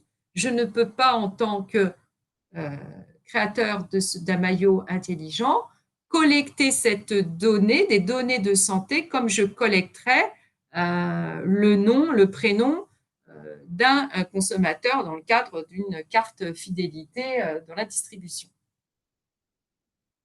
Et pourquoi? Alors, un autre exemple aussi de données personnelles qui peuvent être collectées, donc ce n'est pas toujours non plus des vêtements, ça peut être aussi un accessoire. Par exemple, on a un miroir intelligent qui permet de mesurer plusieurs, on n'arrête pas de progrès, plusieurs données biométriques. Là, en l'espèce, les mensurations, le poids, l'IMC, la comparaison des mesures précédentes. Et c'est là qu'on comprend que si il y avait une fuite de données ou une faille de sécurité dans le cadre de ce type de dispositif, on envisage bien le type de préjudice important que peut avoir finalement le porteur de ce type d'équipement. D'où la vigilance à avoir si on est distributeur, si on est à l'origine de ce type de vêtements connectés sur le marché. Alors, juste pour rappeler un peu le calendrier du RGPD, il faut savoir que du coup, le RGPD est entré en vigueur le 25 mai 2018. Donc, ça veut dire qu'aujourd'hui, on est à plus de 2 ans de l'application de ce texte. Et le règlement est obligatoire dans toutes ses dispositions. C'est un texte qui va créer une série d'obligations pour les entreprises, pour les organismes. Bien sûr, on ne découvre pas les données personnelles avec le RGPD, puisque en France, nous avions une loi informatique et liberté depuis le 6 janvier 1978, et cette loi a été mise à jour par la loi du 20 juin 2018 pour être en conformité avec le règlement général sur la protection des données. Mais le RGPD, ou GDPR dans son sigle anglais, est obligatoire dans toutes ses dispositions. Il n'a pas besoin d'une loi pour être appliqué. Alors, que nous dit le RGPD? Donc là, vous avez un petit tableau qui résume un peu les grandes idées. Donc, effectivement, ce règlement général sur la protection des données prévoit un certain nombre de grands principes. Et sans les reprendre tous dans le détail, on a un des nouveaux principes qui est celui de la protection dès la conception, qu'on retrouve en vert en fait dans le document. Protection dès la conception, c'est le rectangle au milieu, et qui est relative, qui s'appelle aussi en anglais, que vous connaissez peut-être sous sa version, le vocable anglais, Privacy by Design, et qui impose que si je développe une solution ou un équipement qui va me permettre de collecter de la donnée personnelle, je dois mettre en place ce processus de protection de la donnée personnelle dès la conception. C'est dès la conception de mon équipement que je dois réfléchir à comment la donnée protégée, et ce n'est pas après, imaginons 2 ans de développement, une fois que mon produit est commercialisé sur le marché, que je dois m'apercevoir que finalement mon équipement n'est pas du tout conforme aux données personnelles, que je collecte par exemple de la donnée interdite, que j'héberge mes données en dehors de l'Union européenne et que je n'ai pas encadré ce transfert, alors que si j'avais appliqué ce principe de protection dès la conception, j'aurais identifié en amont toutes les mesures à respecter pour pouvoir mettre mon équipement en conformité. Alors, dans les grandes exigences, on doit effectivement, première bulle portant sur la licéité, collecter que de la donnée licite. Effectivement, je ne peux pas collecter une donnée qui ne serait contraire au RGPD. Je dois être loyal dans ma collecte, c'est-à-dire que je ne peux collecter cette donnée, l'utiliser que dans le cadre de la finalité, la petite bulle bleue, pour laquelle je collecte. Si je mets en place une innovation qui va conduire à de la collecte de données à caractère personnel, je mets en place effectivement un traitement de données à caractère personnel et je dois identifier la finalité. Quelle est la finalité suivie mais qui me conduit à effectuer de la collecte de données? On va prendre un exemple. Si j'ai mon maillot BioSerenity, donc qui va me lutter contre l'épilepsie, donc j'effectue une collecte de données. Pourquoi? Quelle finalité? C'est pour effectivement obtenir des données pour lutter, prévenir une crise d'épilepsie. Donc, ça veut dire que toutes les données que je vais collecter doivent être en lien avec cette finalité. Je ne suis pas autorisée. Si ma finalité, c'est lutter, prévenir, informer de l'arrivée ou de l'existence d'une crise d'épilepsie, je ne dois collecter, si c'est la finalité que j'ai déclarée, que des données qui vont me permettre de conduire à cette finalité. Je ne devrais pas collecter, par exemple, une donnée qui n'aurait rien à voir, qui serait des habitudes de vie, qui me permettrait moins d'avoir plus de data sur mes clients, imaginons, la data marketing, mais qui n'aurait plus rien à voir avec la finalité de mon traitement. Autre exigence clé, c'est la transparence. Si je collecte de la donnée personnelle, je dois informer mon utilisateur de la collecte qui est effectuée. Alors, comment ça se réalise? Par une information. Je ne sais pas du coup pour ces vêtements s'il y a une information spécifique. Je recommanderais, moi, d'avoir une information spécifique concernant, lors de la vente des consommateurs finaux de ces vêtements, pour leur dire que ce n'est pas un vêtement comme un autre, c'est un vêtement connecté qui emporte effectivement de la communication de données personnelles et puis à sortir avec la mention d'information prévue par le RGPD qui va informer la personne qu'elle bénéficie d'un droit d'accès sur ces données, un droit de rectification, etc. sur ces données. Après, on a ce grand principe qui est celui de la minimisation qui indique qu'on ne peut collecter de la donnée que si elle est indispensable et raisonnable. Ça reprend mon idée de finalité. Et de loyauté également sur la finalité. La durée, donc on doit identifier aussi la durée de conservation. Je ne peux pas collecter la donnée personnelle via les vêtements connectés que j'aurais commercialisés et ce, sans fin, ad vitam aeternam. Je dois identifier, moi, la durée pendant laquelle je conserve ces données, sachant que ces données doivent être aussi exactes. Et puis, j'ai cette obligation très importante en la matière, qui est celle d'assurer la sécurité technique de ces données. Je ne peux pas collecter, par exemple, des données relatives à des crises d'épilepsie, sur des rythmes respiratoires, des rythmes cardiaques, donc des données de santé, si je n'assure pas la sécurité nécessaire pour ces données. Et là, en matière de données de santé, il existe donc des référentiels importants qui sont aussi prévus par le Code de la santé publique, qui sont rappelés par la CNIL et pour lequel, si je fais par exemple appel à un tiers pour héberger mes données de santé, je devrais prendre un tiers agréé, un tiers certifié pour l'hébergement de données de santé. Je ne pourrais pas prendre n'importe quel hébergeur technique sur le marché. Là, si vous êtes intéressé par ces questions, vous avez le site de l'ASIP Santé qui présente effectivement les différentes obligations et voire même la liste de l'ensemble des hébergeurs de données de santé agréés. Donc, elle a la liste à jour, puisque c'est elle qui agrée ces hébergeurs de données de santé. Alors, quelles sont les nouveautés effectivement du RGPD? Donc, la création du Data Protection Officer, c'est un peu le chef d'orchestre du RGPD.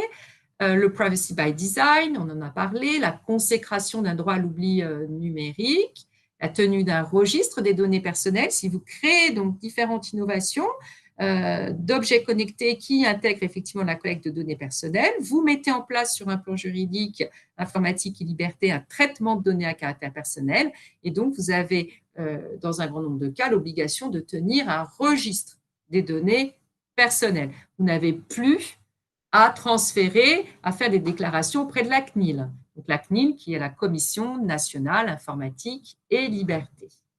Et puis surtout, et ça c'est un point majeur qui peut intéresser des créateurs de vêtements connectés, c'est cette obligation de notification des violations de sécurité.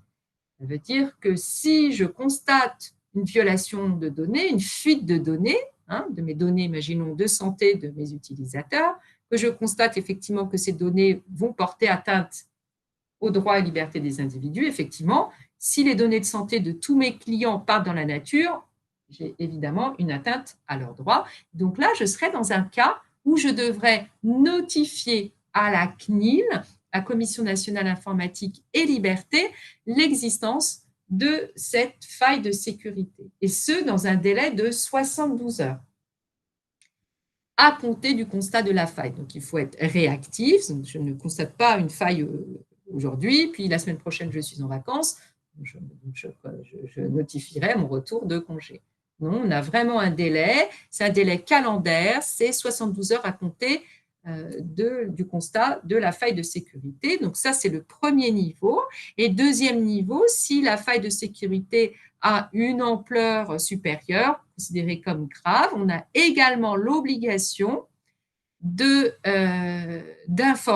les personnes concernées et de mettre en place soit une information individuelle, soit une communication globale, mais qui puisse atteindre l'ensemble des personnes concernées. Quand je dis personnes concernées, dans mon exemple de maillot connecté, c'est effectivement l'ensemble des acheteurs, mes consommateurs finaux qui portent des vêtements connectés. Je serais peut-être dans le cas où il faudra que je les informe en disant, voilà, je suis victime d'une faille de sécurité, je vous invite à changer vos mots de passe, à mettre en œuvre une série de mesures de sécurité.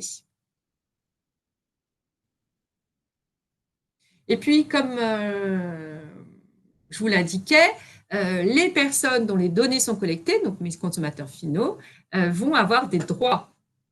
Donc, en bas, on a les nouveaux droits du RGPD, et puis, sinon, on a les droits qui existaient depuis la loi informatique et liberté, donc c'est le droit d'accès, le droit de rectification, le droit d'opposition. Donc, ça veut dire que si moi, je mets en place ces vêtements, un vêtement connecté, que je le commercialise, il faut que j'organise dans ma structure, en tant que responsable du traitement, la mise en œuvre de ce droit, si bien que si un jour un consommateur un final porteur de mon maillot connecté me contacte en me disant « je souhaiterais accéder à mes données », que je puisse faire droit à sa demande. Et là aussi, le RGPD donne un délai puisqu'on doit faire droit à ce droit des personnes dans un délai d'1 mois, 30 jours.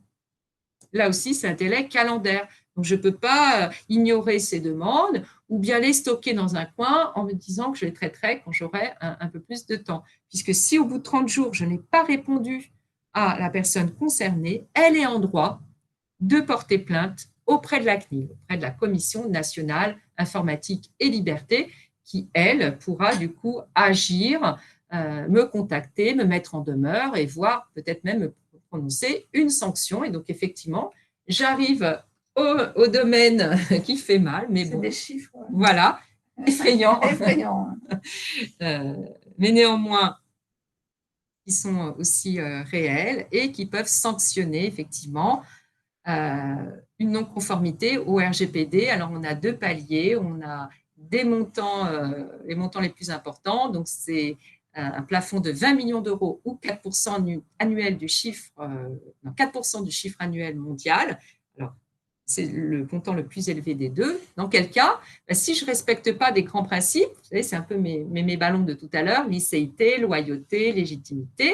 Si je ne respecte pas mes droits des personnes, l'intérêt de bien respecter ce délai d'1 mois, ou si, par exemple, je procède à des flux en dehors de mes données, imaginons mes données de mes clients, en dehors de données personnelles de mes clients, en dehors de l'Union européenne, et que je n'encadre pas ces flux. Après, vous avez aussi des sanctions qui sont de l'ordre de 10 millions ou 2% du chiffre annuel mondial si je n'ai pas respecté, par exemple, le principe de privacy by design, si je n'ai pas tenu un registre ou d'autres non-absence d'obligation. Je vais bientôt terminer et vous donner la parole pour des questions.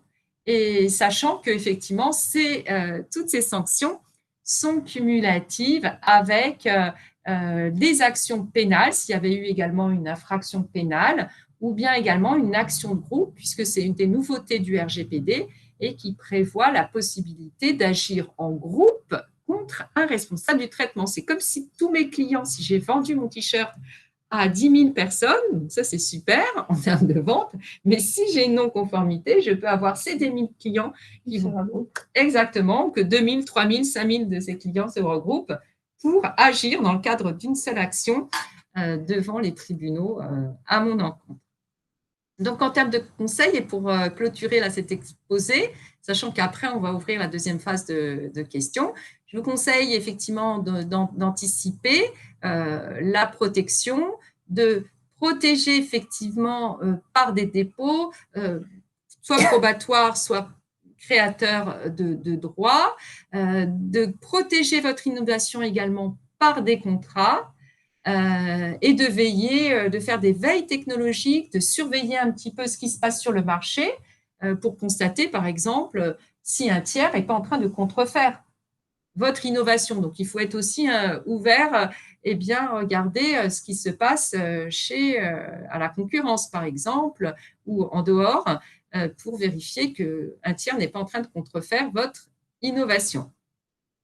Et puis également, si vous collectez des données personnelles, bien sûr, gérer ces données personnelles en application du règlement général sur la protection des données. La prochaine rencontre du cabinet est prévue le 18 novembre prochain sur un thème hautement intéressant qui est l'intelligence artificielle, tendance légale, qui va être présenté par Alain Bensoussan, le président du cabinet, Jérémy Bensoussan, directeur au sein du cabinet. Je vous remercie pour votre attention et je souhaite ouvrir, voilà, avec Florence, une phase de questions-réponses. Ou d'échange. Ou d'échange. Voilà, vous avez mes coordonnées là, qui s'affichent à l'écran. Voilà, n'hésitez pas à nous poser des questions. Je vais remettre, hop, changer, voilà, et revenir, arrêter le partage. Voilà.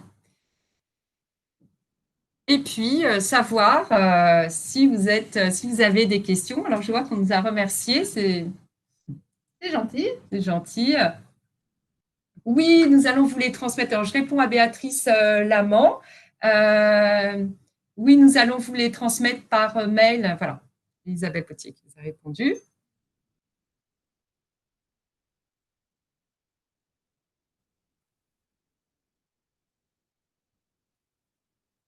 Alors, est-ce que vous avez des questions à nous poser, soit sur la partie de Florence ou la mienne? Personne n'a des questions.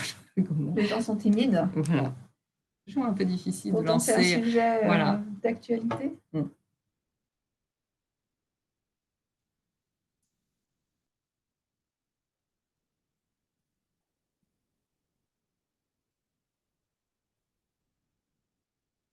Alors, je ne sais pas si Dominique, vous nous entendez. Dominique Paré. Oui, Dominique, vous Oui, vous entend. aviez d'ailleurs une remarque, vous m'aviez fait sur une innovation qui vous semblait intéressante. Oui, ben, on m'entend là? Oui, on vous entend très bien. Bon, donc c'était pas une innovation, mais c'est un nouveau point qui touche aussi à la fin de juridique, c'est que ces temps-ci, dans des applications bien récentes, entre guillemets, des objets connecteurs, des vêtements intelligents, on a une tendance à mettre les capteurs sont directement intégrés dans le tissu du vêtement, et le tissu est en relation avec la peau uniquement par un couplage capacitif. Et évidemment, c'est la peau qui transmet, le signal est transmis par la peau. Donc, c'est pas une onde à haute fréquence, c'est une onde particulière qui se transmet par la peau de capteur à capteur. Et évidemment, quand on dit que ça se transmet par la peau de capteur à capteur dans un vêtement intelligent, c'est qu'on tombe nécessairement sur des réglementations et que des réglementations impliquent tôt ou tard un côté juridique. Merci, Dominique. Voilà, Merci pour votre intervention. Alors, ce n'est pas pour tout de suite, c'est pas pour demain Bien matin, sûr. mais c'est pour dans 2 ans et demi. Voilà. Très bien. Très Merci. intéressant. Merci. Merci beaucoup, Dominique, de ta réflexion. Ça me permet d'aborder un point, parce qu'il n'y a pas trop de questions, sur le côté éco-conception dans les vêtements intelligents, parce que c'est des questions qu'on commence un petit peu à voir apparaître. Et en fait, il s'avère que même déjà dans le domaine numérique, on commence à voir apparaître des gens spécialisés dans l'éthique numérique qui sensibilisent les employés, parce qu'en fait, ce n'est pas parce que ce n'est non visible.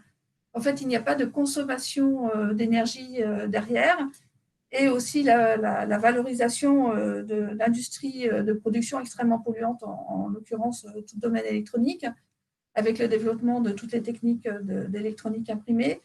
Et en fait, on commence à voir apparaître des gens qui sont là pour vulgariser les informations, sensibiliser le personnel, et notamment sur le fait, par exemple, des choses très simples, que lorsque l'on garde sa boîte mail pleine de messages non reçus, enfin non lus, eh bien, en réalité, on consomme énormément d'énergie derrière. Voilà. Et dans le domaine des smart textiles, il y a quelques personnes qui réfléchissent justement sur le bien fondé. Alors, déjà, concevoir un produit qui va servir, c'est évidemment le minimum éthique. Ça a l'air simple, mais en fait, dans le domaine de la mode, on voit beaucoup de projets un peu waouh qui n'ont pas forcément lieu d'être. Mais aussi dans la conception, pour les scientifiques et les chercheurs, c'est toujours la course de l'intégration maximale, c'est-à-dire au cœur de la fibre. Et en réalité, d'un point de vue éco-conception, il est beaucoup plus sage de faire ce qu'on appelle de la technologie rapportée, c'est-à-dire prendre, par exemple, typiquement la broderie. On peut venir sur un support, un substrat textile, fixer d'autres techniques, éviter la colle, éviter la soudure, ce type de choses, qui permet en fait ensuite de pouvoir démonter le produit et récupérer et dispatcher les différents éléments qui composent le textile ou le vêtement connecté ou e-textile. Et ça, ce sont des démarches qui rappellent en fait la démarche design, privacy by design, Exact. que disait Naïma. Ouais. Et ce sont un peu les prémices de cette réflexion, parce que c'est un domaine où on ne veut pas trop en entendre parler, parce qu'il y a déjà beaucoup de verrous techniques qui ne sont pas simples à lever. Mais de plus en plus, et notamment dans les jeunes générations que je vois sortir d'école, ce sont des sujets qui arrivent et qui sont pris très au sérieux. Merci. Merci, Florence, cette précision. Est-ce que vous avez des questions techniques, des questions juridiques, ou voire même un partage d'expérience si vous travaillez sur ces innovations?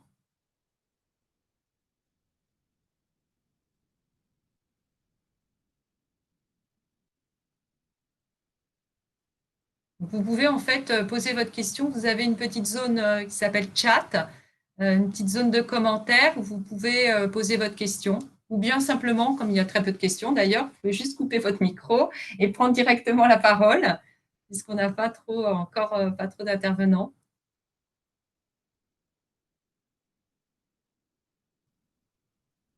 Alors pour ceux qui ne font pas tellement partie de cette filière textile numérique, on peut en tout cas rappeler qu'il y a des points qui sont quand même compliqués, parce que les présentations qu'on vous a faites, ça semble assez simple en fait quand on a un peu de recul. Mais la réalité, en fait, elle est difficile. Je vous parlais de cet équilibre d'une équipe de conception qui est vraiment le mot design en anglais, dans le sens conception, et non pas le designer, celui qui arrive. En France, on a toujours ce côté un petit peu péjoratif de la personne qui arrive pour le côté carrossage, donc à la fin d'un projet. Mais là, pour arriver à faire des interfaces en fait, de services, parce qu'en fait, le textile ne devient qu'une interface de service au cœur d'un écosystème, eh bien, il faut un équilibre de savoir-faire, c'est-à-dire il faut s'entourer de sous-traitants et de gens qui vont pouvoir compléter votre corps de métier. Et il faut bien les connaître, c'est-à-dire connaître leurs limites, qui ne sont pas forcément des limites techniques, mais qui sont parfois des limites de process ou organisationnelles aussi. Il y a beaucoup de sociétés dans le domaine électronique qui ne sont pas du tout à la même échelle que dans le domaine textile.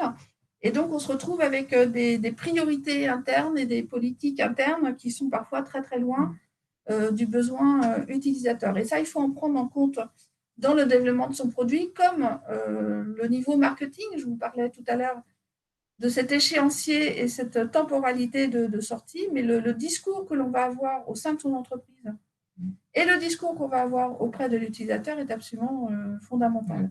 Et en gardant aussi les aspects juridiques en tête, hein, qui sont bien importants, donc surtout encadrer, là, ce que tu disais, les relations avec les consommateurs, enfin, déjà les fournisseurs, les métiers, les partenaires, donc de bien encadrer. Hein, donc, il est nécessaire d'avoir tout un volet contractuel géré.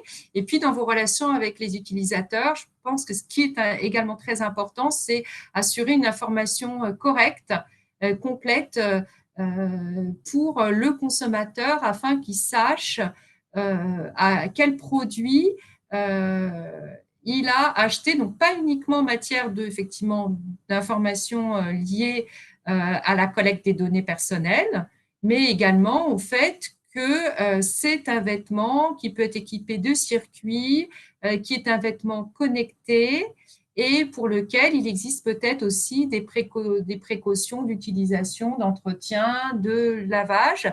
Et je suis passée rapidement tout à l'heure, mais si votre vêtement connecté, votre objet connecté est destiné à un utilisateur enfant, je pense que si on est professionnel du secteur et qu'on s'adresse également à des porteurs mineurs, voire des très jeunes enfants, il est important d'adapter également la communication associée à ce type de produit et puis renforcer cette information parce qu'elle va apporter du coup sur un utilisateur mineur et puis également s'il y a la collecte de données, que cette collecte de données porte sur des personnes mineures, nous avons des obligations renforcées par le RGPD parce que l'utilisateur n'aura pas à faire la majorité numérique.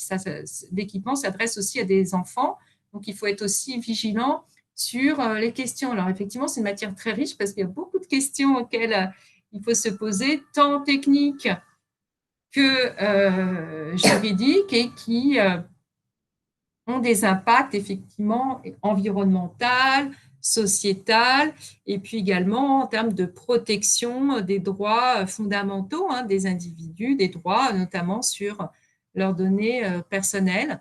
Alors j'espère que vous avez apprécié cette matinée ensemble, ça a été notre cas, je pense, oui, Florence et moi. Merci pour votre écoute attentive et j'espère que nous vous retrouverons l'année prochaine. Pour un nouveau sujet. Pour un nouveau sujet et on espère en présentiel si le contexte nous permettra et on n'aura plus du coup nos masques, j'espère. J'espère aussi. En tout cas, si vous avez des questions que vous n'avez pas osé poser, vous pouvez aussi nous les envoyer. Nous y répondrons avec beaucoup de plaisir post-petit déjeuner. Oui.